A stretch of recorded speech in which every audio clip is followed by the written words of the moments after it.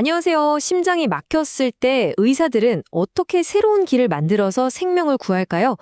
오늘은 현대의학의 정말 경이로운 기술 중 하나인 관상동맥 우회술, 그 모든 것을 한번 제대로 파헤쳐 보겠습니다. 자, 이 수술을 이해하려면요. 딱 한 가지만 먼저 기억해 보세요. 우리 심장은 자동차의 엔진 같은 거고요. 관상동맥은 바로 그 엔진에 혈액이라는 연료를 공급하는 정말 중요한 생명의 연료 공급 라인인 셈이죠. 오늘 우리가 함께 떠나볼 여정입니다.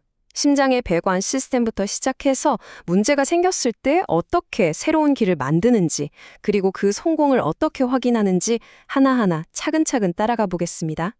네, 첫 번째 단계입니다.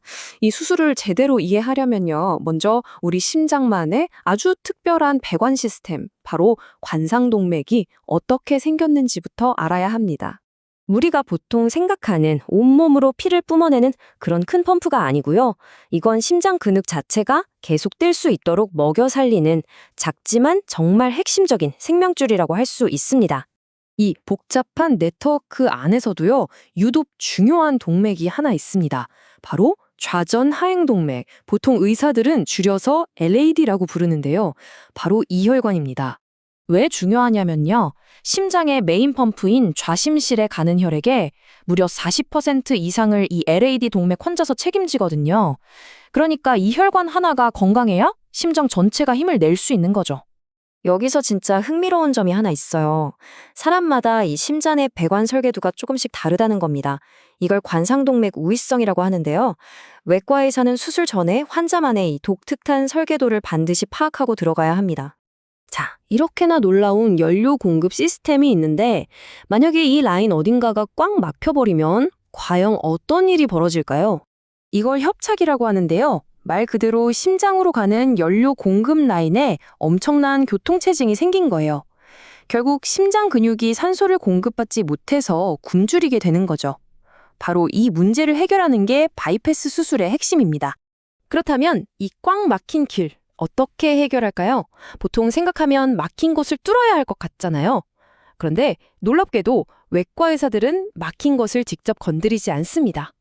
대신 그 주변으로 아예 새로운 고속도로를 만들어버려요. 이게 바로 우회로를 건설하는 거죠. 그럼 이 새로운 도로를 만들 재료는 어디서 가져올까요? 바로 환자 자기 자신의 몸에서 가져옵니다. 가슴뼈이나 다리 같은 곳에서 여분의 혈관을 떼어내서 쓰는 건데요. 이게 가장 안전하고 완벽한 재료인 셈이죠. 외과 의사들은 이 여분 부품을 사용하는 두 가지 큰 전략을 씁니다. 하나는 혈관의 한쪽 끝은 원래 자리에 붙여둔 채로 다른 쪽 끝만 돌려서 쓰는 방법이고요. 다른 하나는 여러 조각을 마치 레고처럼 조립해서 쓰는 방식입니다. 어떤 전략을 쓸지 결정하는 건 정말 엄청난 기술과 정교한 계획이 필요한 과정입니다. 단순한 수술이 아니라 예술과 과학의 결합이라고 할 수 있죠. 특히 이 Y자 모양 이식편 기술은 정말 혁신적인데요. 상대적으로 약한 정맥이 아니라 아주 튼튼한 동맥만을 사용해서요. 마치 나무에 원줄기에서 가지가 뻗어 나가듯이 하나의 혈관으로 여러 막힌 곳에 동시에 피를 보내주는 겁니다. 정말 영리한 전략이죠. 물론 장점만 있는 건 아닙니다. 이 표를 보면 외과 의사들이 어떤 걸 저울질해야 하는지 명확히 보이죠. 뇌졸중 같은 위험은 줄일 수 있지만 수술 자체는 훨씬 더 어려워지고 만약의 경우 단 하나의 공급원에 문제가 생기면 더 위험할 수도 있거든요. 이게 그냥 혈관을 잇기만 하는 단순한 배관 작업이 아니라는 증거입니다. 혈관을 연결하는 부위의 모양을 이 코브라 머리처럼 만들어야 혈류가 가장 부드럽게 흐르거든요. 장기적인 성공을 결정하는 정말 미세한 예술 작업에 가까운 거죠. 자, 그런데 여기서 끝이 아닙니다. 만약 수술하고 몇 년이 지났는데 새로 만든 길이나 원래 있던 다른 혈관이 또 막히면 어떻게 할까요? 바로 이때가 가장 큰 도전의 순간이 찾아옵니다. 이럴 때 의사들은 아주 중대한 선택을 해야 합니다.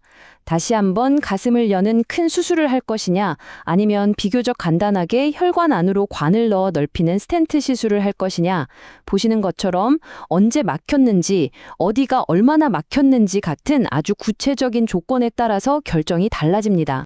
만약에 재수술을 하기로 결정했다면 사실 가슴을 다시 여는 것 자체가 엄청나게 위험한 과정입니다.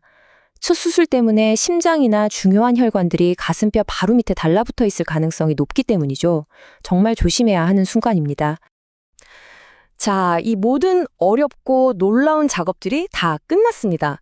그럼 외과 의사들은 가슴을 닫기도 전에 이 바이패스 수술이 성공했는지 어떻게 바로 알 수 있을까요? 바로 이 장비 덕분입니다. 초음파를 이용해서 새로 만든 혈관으로 피가 얼마나 잘 흐르는지를 실시간으로 측정하는 거죠. 마치 장인이 자기 작품을 완성하자마자 꼼꼼하게 품질 검사를 하는 것과 똑같습니다. 네, 바로 이 숫자, 분당 30ml. 이게 바로 성공의 기준선 같은 거예요. 주요 이식편에서 혈액이 이 속도 이상으로 시원하게 흐르는 게 확인되면 수술이 성공적으로 잘 됐구나 하고 명확하게 판단할 수 있는 거죠. 정말 인간의 독창성이 어디까지 갈 수 있는지를 보여주는 증거 아닐까요? 이 놀라운 기술을 보고 있으면 과연 미래에는 또 어떤 것들이 가능해질지 궁금해집니다. 오늘 함께 해주셔서 감사합니다.